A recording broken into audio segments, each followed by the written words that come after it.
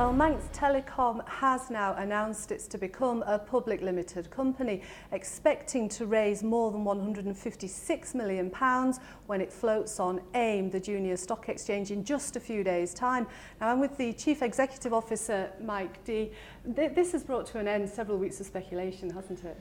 Yes, I think the speculation was advanced, really, and we know that subject to there are certain regulations you have to comply with in terms of pre-registering on the stock exchange, but actually the decision to actually go and float on AIM was only taken quite late on Sunday night, so there were other options that were being considered.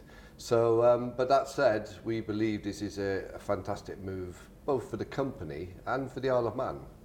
Now you said that your IPO was substantially oversubscribed. That must be quite gratifying. Yeah, it was a tortuous process, to be fair. And Gary Lamb, my CFO, and myself, we did 62 presentations over just over 2 weeks to most of, if not all of the top financial institutions in London.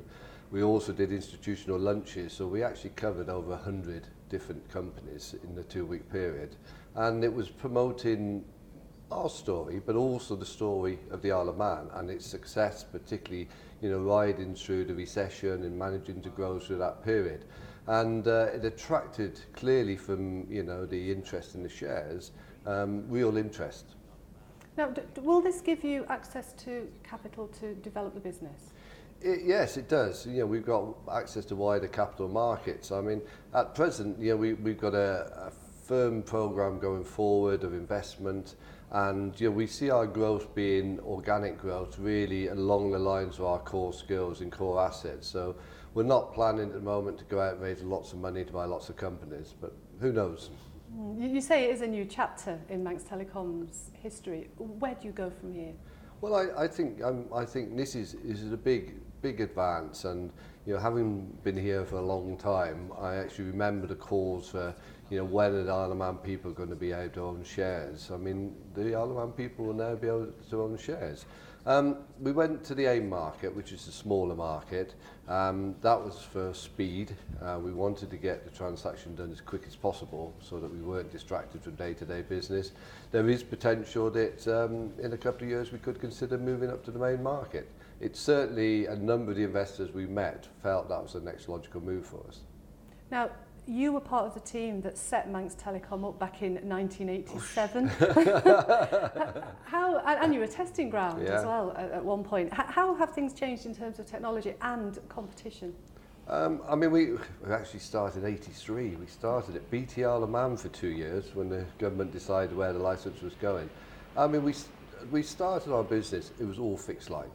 And then we moved into mobile. And then later on we moved into data centre business, and we now run a proportion of our business off Ireland. So we've gradually evolved from that fixed line business into associated areas. And I think it's a fantastic story, steady but consistent growth over that period. Competition, clearly we've got more competition on the Isle of Man, but also competition from technology itself. Things like social media and things like that. We see changes in the way, particularly the youngsters use their phones. They're taught by Facebook and things like that. So you always have to be aware and try and be one step ahead and try and predict where the next move is going to come. But it's not easy.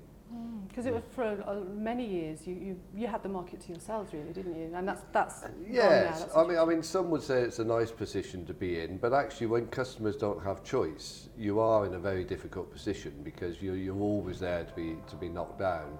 And I think the customers have choice, I say, particularly from other operators on the Isle of Man, but particularly in the technology they use to provide their services. So I think there's more and more customer choice, and that puts us in a more comfortable position. Now, these shares are open to anyone to buy? Yes. Staff, members of the public? Yes, I mean, we are considering, whether we introduce a specific staff scheme. That's something on our agenda. It's been a rapid process. We only started this at the end of October, and we completed now at the end of January. So, and we did, even while the marketing was going through in London, we did London and we did a day in Edinburgh. We were made aware there was some interest on the Isle of Man. So yeah, from Monday, A few of us are going down to the stock exchange on Monday, where we'll be there to open the stock exchange on Monday.